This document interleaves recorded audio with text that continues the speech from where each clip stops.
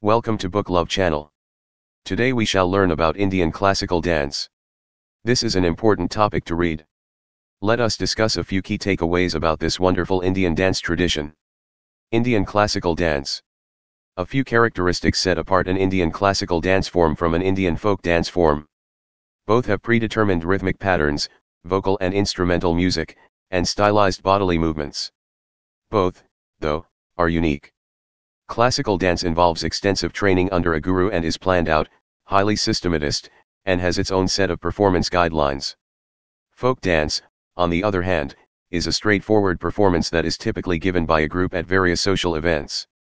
A child who is born into a certain society very naturally picks up on that society's folk dances just by watching the performance and eventually joining in. Almost all members of a certain group would be familiar with their folk dances. The same cannot be said for classical dances. The significance of the rhythms known as tala and raga is what immediately strikes a viewer about ancient Indian dances. In addition, the dancer portrays human emotions and sentiments through the use of hand movements and facial expressions.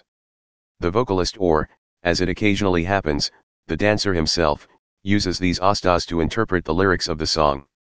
The Natya Shastra contains a changeable vocabulary of asta usage instructions. This characteristic of Indian classical dance sets it unique from other dances throughout the world and from Indian folk dances. By using these astas, also known as the dancing alphabets, one may virtually talk. The ancient sage Bharata Muni most likely codified the art of classical dancing in his most famous work, the Natya Shastra, also known as the science of dramaturgy, in the early 5th century BC. According to Bharata, this method is essentially suited to the kind of theatre known as Natya. But he makes it very obvious that music and dance are essential and fundamental parts of Natya. It is clear that dance as an art developed and became more specialized in later ages. Bharata had initially dealt with two arts. First is Natya theatre and Indian classical dance. Second is Nritta dance consisting of body movements. However, throughout the centuries that followed, the art of dancing was further divided into the following categories. Nritta is a pure form of non-representative dance that features exquisite body limb movements. By its very nature, Nritta is constrained by the idea of rhythm, or tala. It serves only to enhance beauty and neither conveys any particular meaning nor projects any feelings. Nritya is a type of representative dance that uses the accompanying emotions to communicate message. The face naturally plays a major role in this form of dancing to portray a variety of emotions. Astas, or hand gestures, are how a song's message is turned into dance through movement. Now let's talk about the four Abhinaya. According to its etymology, Abhinaya comes from the Sanskrit words abhi, which means towards, and ni, which means take. The precise meaning of the word is taking toward, which can be translated as taking the performance toward the audience. According to Natya Shastra, the Indian Natya performance was presented using a variety of elements, including the following. The first is Angika, which consists of gestures and other physical motions. Vachika, which are uttered words, comes in second. Aharya, which means costumes and makeup, comes in third. Finally, Sattvika is the representation of psychological or mental states. Rasas are pictured in Sattvika. The four Abhinayas are the names given to these four elements. Abhinaya Sattvika. This has to do with how a performer reacts to the demands of a scenario by expressing their natural feelings. As will be explored further, it has a number of components. First is Rasa. When one enjoys an artistic presentation, they get an aesthetic experience. It is not a part of the formation of nature and is simply a production of dramatic art. When the audience member or aesthete becomes one with the theatrical presentation's focal point, it deals with the formation of human sentiments in them. Bharata enumerated 8 fundamental emotions, or rasa. These 8 sentiments, also known as the Ashtarasa, are the result of 8 universalized primal impulses, feelings, or mental states, also known as bhava or Sthayi, which rule the human soul. When the actor or dancer uses the recommended approach to reflect the bhava that is present in their thoughts on stage, rasa is created. Bharata lists the following 8 Sthayi corresponding to the 8 rasa. The 8 Sthayi rasa are as follows. First is Rathi or love for Sringara rasa or erotic. Second is Hasa or laughter for Hajya rasa or comics. Third is Shoka or sorrow for Karuna rasa or pathetic. Fourth Krodha or anger for Raudra rasa or furious. Fifth is Utsaha or heroism for Veera rasa or heroic. Sixth is Bhaya or fear for Bhayanika rasa or terrible. Seventh is jugupsa or disgust for bibhatsa or odiousness. And the eighth is vismaya or wonder for adbhuta rasa or marvelous. Sthayi bhava are the fundamental or persistent mental states because they serve as the foundation for the continuity of a specific mental state and associated behaviors. The actions of a dancer or actor come from a specific mental state. They are the outcomes of that specific mentality. This long-lasting state of mind is only realized and appreciated by the spectator when these actions are correctly carried out. This Sthayi bhava is what helps the audience comprehend the proper impression that the theater or dance piece is trying to achieve. The smooth flow of acts is another benefit of the Sthayi bhava.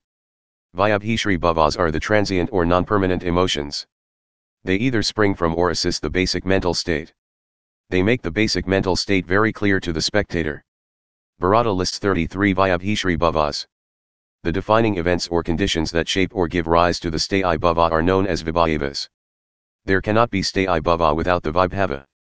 The physical movements that follow the creation of the Sthayi bhava, which is aided by its Vibhava bhavas, are known as Anubhava. The entire human body is affected by these ensuing actions. As a result, we can say that the Angika Abhinaya is what gives rise to the Sattvika Abhinaya. Sattvika bhavas, apart from the Sthayi and the Vibhava bhavas, Bharata lists a third category which he terms as Sattvika bhavas. Bharata lists 8 such bhavas which can be described as an involuntary reaction in an actor or dancer whose mind or sattva is completely concentrated on the given artistic situation. These bhavas cannot be commanded to appear at will. They are natural physical reactions which accompany a dominant state of mind. Thus, in a tragic situation tears would very naturally flow, or in a happy or joyous situation there would be thrill or tremors, or in everyday language there would be goosebumps on the body. The Sattvika bhavas are 1. Svita or perspiration. 2. Stamha or paralysis or getting stunned. 3. Ashra or tears. 4. Vaivarnya or change of color. 5. Svarasad or change in voice, Indian classical dance. 6. Pralaya or fainting. 7. Romancha or horripilation or thrill. 8. Kampana or trembling. Angika Abhinaya is concerned with how the imbs' bodies move and how they convey meaning via various actions. This Abhinaya, which Bharata very scientifically split into 2 main sections, is the most crucial element in dance. The first are the 6 primary limbs, or angas. The second category is upangas, which are 8 little limbs. The 6 angas are as follows. First is shira or head. Second is asta or hands. Third is vaksha or chest. Fourth is parshva or sides. Fifth is trika or kati, which is the waist or hips. Sixth is payada or legs. Upangas are situated entirely in the face, inclusive of the neck. First is thara or the eyeballs. Second is puta or eyelids. Third is baitra, the eyebrows. Fourth is nasa or nose. Fifth is ganda or cheeks. Sixth is adhara or lower lip. Seventh is chibuka or chin. 8 is griva or neck. To this list, later scholars have added the following additional terms. Bhujamula or shoulders. Hanu or jaws. Dashana or teeth. Hiva or tongue. Mukha or the face itself.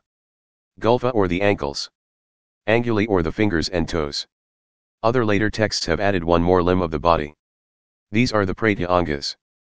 Pratya Angas are the supportive limbs of the human body. First is skanda or shoulder blades.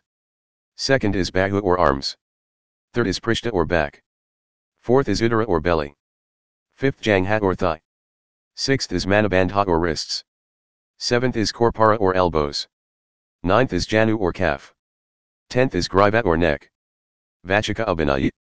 In dance, the term sahitya refers to the songs that are to be danced. These are often performed using the svaras, or musical notes, of the rag by a singer who does not dance. The rhythmic patterns spoken by the dance instructor, guru, or natuvanar would also be included. He plays the percussion instrument or the drum, and the cymbals for tala provide the accompaniment. Additionally, it features music written by each of the other musicians in the orchestra, known as Vaidiyavrinda. They are similar to those who play the veena, the venu, or flute, the violin, and other instruments. Aharya Abhinaya. Aharya Abhinaya deals with the use of costumes, jewelry, facial makeup, etc. Bharata has prescribed definite rules and specifications for jewelry, dresses, etc. to be worn by different types of characters. Dancing is full of physical movements which are very vivacious and expressive of feelings. Thus, in dance the costumes should be such that they permit unhampered movements. It is also to be remembered that Bharata himself permits different provinces of the country to employ the types of dressing and jewelry worn according to their own traditions. Dance classification. Later on, during the Indian Middle Ages, dancing was further divided into two categories, the vigorous Tandava and the graceful Lasya or Sukumara. The Natya Shastra's 4th chapter, which deals solely with dancing, refers to it as Tandava, as coming from Tandu, who received dance instruction from Lord Shiva. In the chapter 20 discussing the Dasarapakas, the 10 different kinds of dramas, Lasya is referred to as Lasya Anga. The later writers, however, very clearly distinguish between Natya, Nritya and Nrita on the one hand, and Tandava and Lasya on the other. Form and content are the two primary components. There are two aspects to dance in Indian culture. The first is the dance form, which is visible and palpable. The second is the content, which is invisible and intangible. Both elements are required in Indian dance in order to convince the audience that dancing is happening. The content may have the most intensely compelling mental or emotional drive. But the spectator cannot feel or understand it unless it manifests through some physical movement. Therefore, the three Abhinayas Angika, Vachika, and Aharya would be considered the form of dancing. The fourth, or Sattvika, is referred to as the content. We would include Nrita in the form. However, form and content are both present in Nritya. These two logically include the full human body and all of its many motions. Emergence of regional dance styles. Different customs existed in various regions of the nation even during the era of Bharata. As time went on, these many practices became increasingly well formed, and by the 16th century, there had evolved extremely well defined dance practices. However, all of these dance styles adhered, in principle, to the rules set by Bharata and other scholars. These various customs were localized in nature and only continued to evolve there. Thus, while still adhering to the traditional guidelines, these dance forms are thriving today in their particular regions. Consequently, despite their differences, they share a lot in common, and the entire art form is adored and revered over the globe simply as Indian classical dance. The classical dances of India. Today in India, 8 such regional practices are recognized as classical dance styles. 1 Bharatanatyam from Tamil Nadu. 2 Kathakali from Kerala. 3 Kathak from central and western India. 4 Manipuri from Manipur. 5 Kuchipudi from Andhra Pradesh. 6 Odissi from Odisha. 7 Mohiniyattam from Kerala. 8 Sattriya from Assam. That's it everyone. These were the components of Indian classical dance styles that we just discussed. We appreciate you watching this video. This video was made to inspire you to pick up a copy of the book and start reading it. The Book Love channel promotes reading books all across the world. If you'd want to, you can comment below. Would you like to see more fantastic videos? On the playlist, click Join the Book Love channel by subscribing.